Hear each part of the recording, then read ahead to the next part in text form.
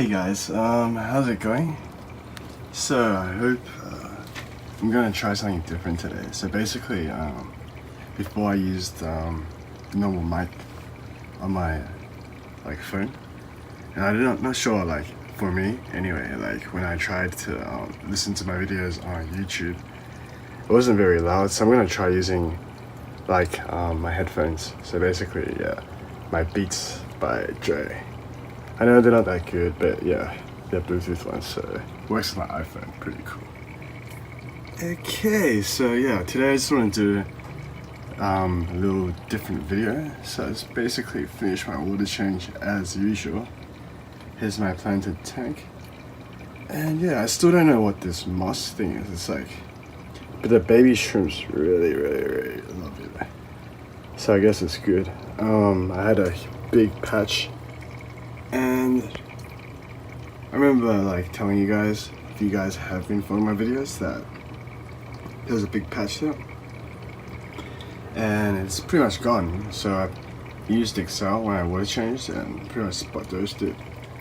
And it's looking pretty good. One thing though is there's not much shrimps here anymore. So I think the shrimps like that. Like this thing. And yeah, so basically that's pretty much the update here. But I just want to talk to you guys about what kind of products I put in my tank, because I know a lot of people have battle with algae, and I think if you do have a battle with algae, it's usually because your tank's not balanced.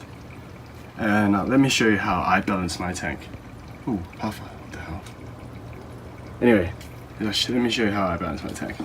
So the first product I want to show you is SEACHEM Excel. So this is if you have a planted tank, 100% get this.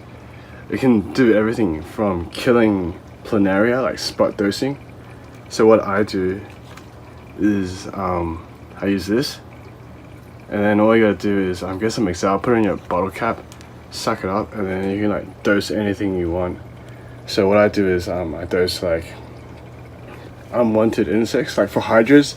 If you got a couple, at the beginning I did spot dose it, but I eventually had to use medicine for that. But yeah, that's another topic for another day. But yeah, so Excel's really good. Really recommend you having Excel. Okay, second on is iron. Pretty much I dose Excel and iron daily. For iron, right, I really like the SEACHEM products. I haven't tried other stuff, so I can't really compare, but I saw online that SEACHEM does make pretty good dosing products, and for a beginner such as myself, and if you're watching my video and if you're a beginner too, pretty much just go with SEACHEM products, Flourish Line. You never go wrong. Okay, so I'm going on pretty much the second one is iron, and I said, so basically I have to dose this every day, just a little bit. I do about 0.5 to 1, and Excel pretty much about the same, depending on my algae situation. I think it just pretty much stops algae from growing. Okay, and then thirdly, let's see, what else do I have? I have trace elements. So trace elements is pretty good too. So it's not a everyday thing, but every plant has to have it. Don't go overboard. I've seen my Nano shrimps back in the day climb out of my tank because of trace elements. So I guess it has a little bit of copper, but as you can see, I do the right amount of dosing suggested on the SEACHEM site, maybe even more sometimes. And my shrimps, they're okay. They're not scared or anything. Okay, so potassium. So from what I know is potassium, pretty much if you see your leaves are going yellow and stuff, you're lacking potassium. Okay, so for me, I do that, you gotta dose a little bit more of this, but every third day for me, I do say, if I do iron say 0.5, trace I'll do 1.0, and potassium probably 1.0 every 3 days. So I'm pretty much rotating that. Flourish. This is the Flourish. Alright. This one really smells. You gotta keep it in your fridge. I don't. so I don't know if it's working or not. But I have an air-conditioned room basically every day. And yeah, so like this one I dose like twice a week. And yeah, try not to get on your fingers, it smells really bad. And I think that one is a vital one as well, along with trace. If you have red plants, yeah, iron, as I said. I actually tried, you know, this one, like everyone says be careful with nitrogen. So I was really careful at the beginning. I was like, yeah, I shouldn't do it, you know. Depending on like plant mass of your tank, like if you look at my tank, it's just like the whole thing is just plants, right? And then, you know, like I don't have any nitrogen. Like I've tested it a lot. It's always like 0. And like even on the last day before water change, it's on 0. Like I shouldn't even have to do water changes, but I do it anyway because I dose. So I do it like once a week, about 50%. And yeah, so pretty much nitrogen, I do that like really careful. I put like pretty much 1 drop. What it helps with, like when I didn't use nitrogen or like, let me get this one, phosphorus. When I didn't use nitrogen and phosphorus, like I tried it for like maybe 2 weeks and I was getting like mass algae again, like hair algae, and I'd be like, you know, that's kind of weird. Like, why would I get hair algae like all of a sudden? Then I started dosing phosphorus and nitrogen twice a week. Like just a little bit, like 0.1, I guess, milligrams I'm talking about.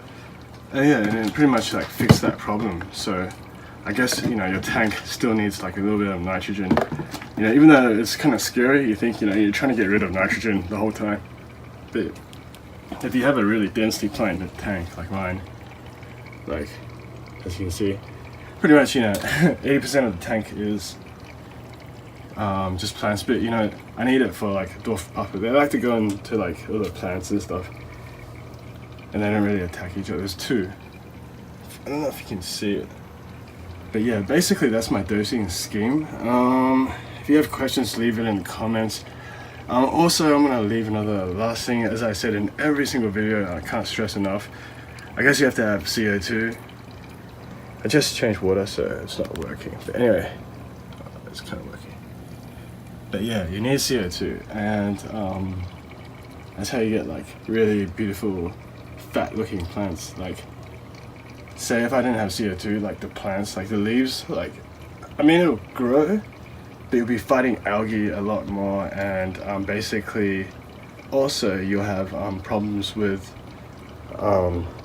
getting really thin leaves and really thin moss. Like this is just like, I don't even do anything and it just gets really, really thick to a point, you know, I just don't know what to do. I pull out a lot of moss and, you know, I should put it in other tanks, but at the end of the day, you know, I end up like throwing away a lot.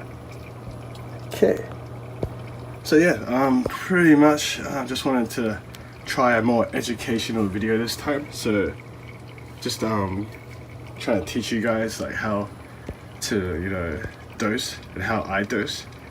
And then yeah, if you like my plants, like honestly I don't have any soil, so pretty much I rely on dosing, like liquid fertilizers. Like if you look at the floor, it's just there's rocks that you get at like your local fish store.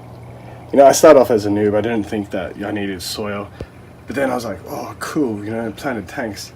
And then like my tank was already cycled. Oh, long story short, I just didn't want to really, I had autos and stuff, I didn't really want to start again. So I had to figure a way to, you know, have a non-substrate planted tank. And yeah, I hope you like my non-substrate planted tank, I guess. And then pretty much relying on dosing. And yeah, I hope you like my video. Hope the audio quality is better. I'm not sure if it's better or not. I guess we'll see when I upload it. Anyway, thanks guys, have a good one. Talk to you next time.